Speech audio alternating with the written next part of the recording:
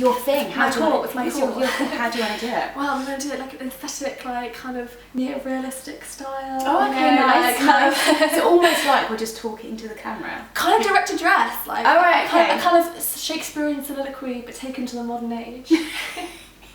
Dear viewer, today I have a very special guest with me. I have Lauren from Reads the Daydreams. Hi. We are going to be talking about Anna Karenina and Madame Bovary. Madame Bovary, which is my favourite book, is by Gustav Flaubert.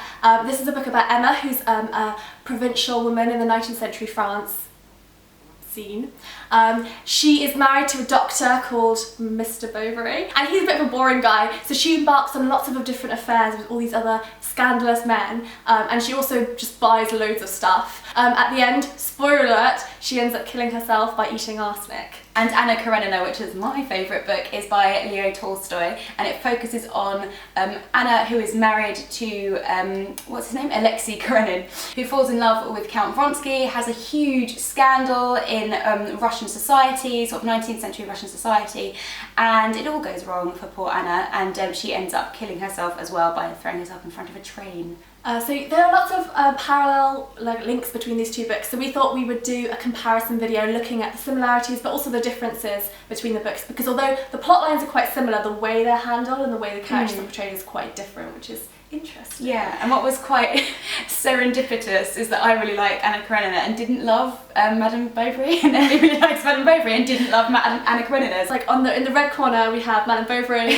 in the blue corner we have Anna Karenina, and we're gonna like fight it out. Fight it out. So first thing we're going to talk about is the style and the viewpoint of these novels. Because Madame Bovary is very focused on Emma, like you get some ideas about the other characters, but it's much more focused about her internal world and how she views things, whereas Anna Karenina... Yeah, well, Anna Karenina is a much more of a chorus novel. When I read it, I didn't actually feel like Anna is really, I mean, she is a main part. She is the main part. It's called Anna Karenina, and all of the things that happen in the book sort of hinge off of her affair with Vronsky and her subsequent downfall. But in terms of the characters' importance when you read them and understanding the subplots and all the other characters' motivations, there's a whole cast of characters. Do you have a favourite plot line? Yeah, I like Levin. Levin's my favourite. Levin and Kitty. I really don't like Levin. I love Levin. He's so nice.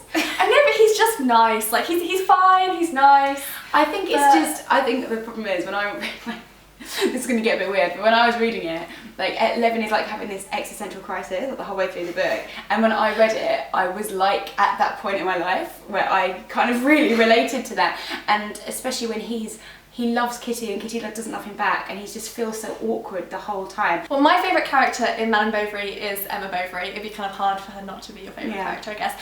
But I think that makes me come across like quite a terrible person, because Emma Bovary she has her positive points, but she's also very selfish, quite manipulative, obsessed with material things. She's like a die-hard romantic to the point that it's kind of like stupid. And so when I'm like, oh yeah, but I really just love Emma Bovary, people are kind of like, oh right, so you're a psychopath. Yeah, you're gonna go and like eat arsenic too, I'm thinking, and like, but I'm like, but I rein it in a bit more. Like I have a bit more of like a realistic attitude towards life. But then I think Anna's I think Anna and Emma Bovary are very similar characters in a way. They're both stifled by the marriage that they have and the society that they're living in. I think with Emma, isn't she sort of, but when she's buying lots of things, she's just trying, it's almost like she's trying to become the perfect woman that she feels she should be, and she feels she should be happy in that role, but she's not. When we're talking about the sort of the viewpoint, that both of these books are written by male authors in a very similar time period. And I think the way Anna Karenina was originally written was that Tolstoy did not approve of her at all, and in the end when she kills herself, that's her getting her comeuppance basically. That's her punishment for being a fallen woman, is that her life is destroyed. He doesn't allow her to be happy. The way I read Madame Bovary is a very similar reading actually, is that when I was reading it I felt like Flaubert didn't like her at all because she's portrayed as so silly. His perspective on Emma isn't very clear. Like you can tell that he satirises her and he obviously doesn't approve of all of her actions. But what I think is very interesting is that when you read about what Flaubert wrote about Madame Bovary, he always said, because he's French, so he spoke in French, so he was like, he's like, je suis Emma. So what he meant by that was that he really related to her as a character, and he put a lot of himself into the character, which I think is why she's such an amazing creation, because even though she was written by a male author in a very sexist time period, I think that she transcends that as a character to be more than just a silly woman. Is that she has this kind of universal thing with her about wanting the situation to be different to how it is, and not having any kind of power to change it, and not really being able to change it. And I think it's a really interesting question about whether Anna and Emma would be happier if they lived in the modern day. Yeah, like whether if they were able to get what they wanted. Yeah, I think the answer to that is probably yes, to be honest. I mean, in Anna Karenina, she just wants to leave. And the real issue with her situation isn't necessarily that she's had an affair, it's the fact that she has a son with her husband. And that divorce in Russian culture at that time was even harder to obtain, I think, than it was like in the UK and other places, because you had to prove that someone was a guilty party, and once you'd done that, they lost everything. So in order for Karenin to divorce her, she has to kind of prove that she's been adulterous, and then he would keep her son. Whereas I think what's interesting with Emma is that I don't necessarily think that Emma would be happier if she lived now, because I think that she'd always be unhappy with her situation and always want something more. She's driven less by her desire for a particular man as she is by the idea of romance, because she reads all these trashy kind of Mills and Boon style novels, and she wants this idea of romance, but that idea of romance doesn't exist now any more than it did back in the so it'd be the same thing. Like, I mean, we've all got friends who have that problem. Maybe friends, or maybe ourselves. But you chase the idea of a perfect. Both these books, obviously, the women have a husband who they're trying to get away from or trying to escape, but the husbands themselves are portrayed very differently. Yeah. So. Sorry. That's my input. Yeah. So I always find in Anna Karenina that Karenin himself is like, you know, quite boring, or probably not. He's a nice guy, probably not very sexy though, like probably not really someone that Anna should be married to.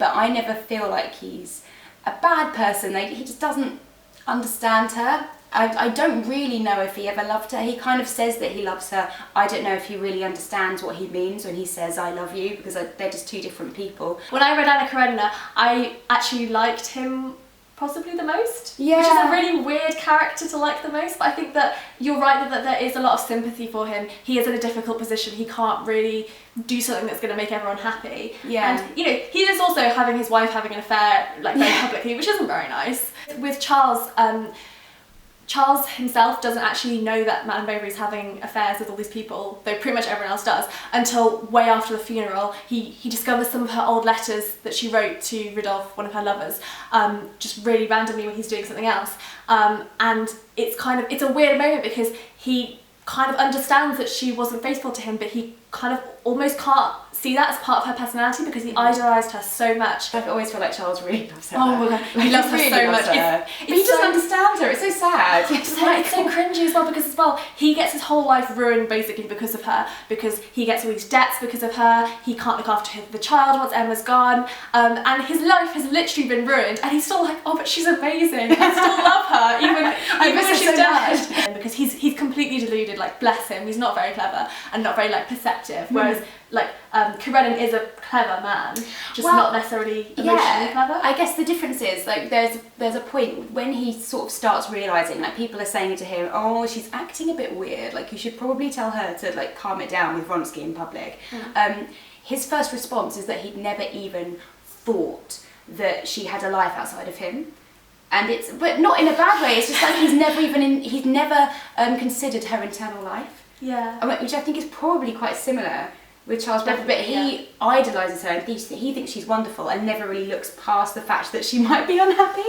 Whereas I don't think Karenin idolises Anna, but he just takes her completely at face value and never really thought that she might want something else, which is a very similar, similar position. I think one of the really big differences between Anna and Emma is that they have a very different relationship with their children, because Anna has she really loves her son and has a much better relationship with him, doesn't she? Yeah, so what's interesting is probably something similar happens actually, that she has a son already by her first husband, and she really loves him. He's her real issue about leaving and running away with Vronsky is that she will have to leave her son. She has a second child with Vronsky, and what's interesting is that she doesn't bond with that baby even as much, even though she's Vronsky's baby, but everything about that baby reminds her of her son, Saryosha, so it's, you know, she doesn't bond with that one. Emma doesn't bond with her baby, does she? Yeah, but Emma just doesn't bond with her baby because she can't buy it stuff. Emma doesn't really love her child at all, which is very sad, and she can't really relate to it. But it's not a case of like, oh, just Emma's a terrible, horrible person. It's more of a case of like she just can't relate to people, which is very sad. Like any of the people. Yeah, like really anyone, basically. She can only relate to this idea of people that she has in her head. Whereas I think that Anna is a bit more of a realist.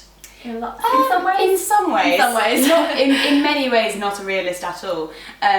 Especially about her own position. She doesn't understand what position she's in at all. And to a certain extent, her downfall within society is just completely of her own hand, because she refuses to realise that she's in a very, very difficult position socially, and she can't do the things that she used to be able to do when she was in a stable marriage and everything was fine, because it is just the problem with it is that it's the society that they live in, not, you know, the fact that she fell in love with someone, the fact that she's having an affair, the fact that her husband tries to take her son away from her, all of this stuff, it all happens because of a result of the society. If she lived now, you just leave your husband and marry someone else, and it'd be fine, and no one would care that you were a divorcee, whereas it was so stigmatised in those days. Exactly. Especially for women. Like, I think it was considered much worse for a woman to kind of leave her husband, as opposed to men had affairs all the time, and it was kind of just brushed under the carpet, I guess. Well, one of the biggest things in Anna Karenina is that Vronsky obviously isn't married to anyone. So he's still a single man, technically. And he can go around into places, he can go to the opera and whatever, and everyone will be like, well, once you're done with Anna, you can marry someone else though, right? So he never loses his position in society. Anna Karenina is a much wider novel, and there's a lot of commentary on the issue with the peasants in Russia and the differences between the city and the country, and like the political situation in terms of how you climb up the ladder. But everybody in there is of such a high class. Like the distinction between like the peasants who work on their land and where they are is it's huge. It's huge. Yeah. But there's no one really middle class in the novel. Interesting. Because with Madame Bovary, it's really about the middle class. It's about the quote-unquote bourgeoisie, which is like the fancy word for middle class, I think. And so part of what makes Emma's life so frustrating is that she kind of experiences the world of the upper classes when she goes to a ball, but then she can't live in that world, and that potentially she would be happier if she was a slightly more wealthy woman who could kind of go to balls, go to parties, go to Paris when she wanted to, whereas she's stuck in this kind of provincial area and this kind of backwater, which is really boring. I think it's interesting that authors at that time are kind of recognising that that's a really suffocating position for a woman to be in, like male authors, to look at a woman and go, well, if I had to do that, I would hate it. Yeah. Because I think both of them, regardless of, they do have certain prejudices about women and about their kind of sexual whatever, but I think that both the authors are sympathetic to the plight of women generally. Would you say that's fair? I don't know. I can't make out what Tolstoy really felt, because there's lots of conversations that happen about whether women should be educated or not, and they have both sides of the argument, and I'm like, which side do you fall on, Leo? I'm not quite sure. So I don't really. I would say that all of his female characters are completely fully developed. Yeah, and they're not just silly cut out. Yeah, I mean he does give them agency and merit, although a lot of the stuff that they think about are, you know, either men or their children or babies, whatever, but they do, there is a lot more to them. I think it's quite different from, say, like Dickens, even though in some ways the authors are quite similar, but I think that Dickens has much more of a view of women as like these like perfect angels in the home. I think Tolstoy can see women's flaws, he doesn't like idealise them in the same way. Yeah, and it does make sense. I mean, considering you could imagine a man like Tolstoy looking at someone like Kitty and thinking she's very stupid. But I don't feel that she is portrayed stupidly, even though she's kind of falling in love with a soldier and she just likes being pretty, and then he doesn't like her anymore, and then she's really sad. But it is more than that. It is what it is like when you're 17, and it's just I think he gives her more credit than that. She loved Levin all along, really. She never really loved Vronsky. She was just like taken in by him. Exactly, and she ends up kind of nursing Levin's brother and becoming a really good wife. Like in the way that you think that she's just pretty and silly and can't do any hard labour, she becomes a really good wife. Whether that's a brilliant goal for a young woman, you know, I don't know what Tolstoy thinks of women, but he at least sees her as a strong woman. Whereas I think that Flaubert was very keen on women being educated and having more of a life. I think that he does have a stance of like the fact that Emma can't read proper books, she's only reading like sort of silly, like trashy literature, is part of her kind of inability to learn to think for herself. So basically the conclusion is that Madame Bovary is the best. No, whatever. I don't think we have. I think we're gonna agree to disagree. Agree to disagree. But they're both really good books in their own separate, wonderful ways. Yeah, but it's interesting comparing them because there are so many similarities. I think the most interesting thing was when we realised that you were like, oh, Anna Karenina just reminded me of Madame Bovary too much, and I love Madame Bovary, and I was like, hey, like opposite. Like, I was just what are you talking about? Yeah. Let us know in the comments what you think, if you prefer one book over the other, if you don't like both of them, if you like both of them. No, you've got to like one of them. No, Madame Bovary. And I will see you in my next video. Love, Emily.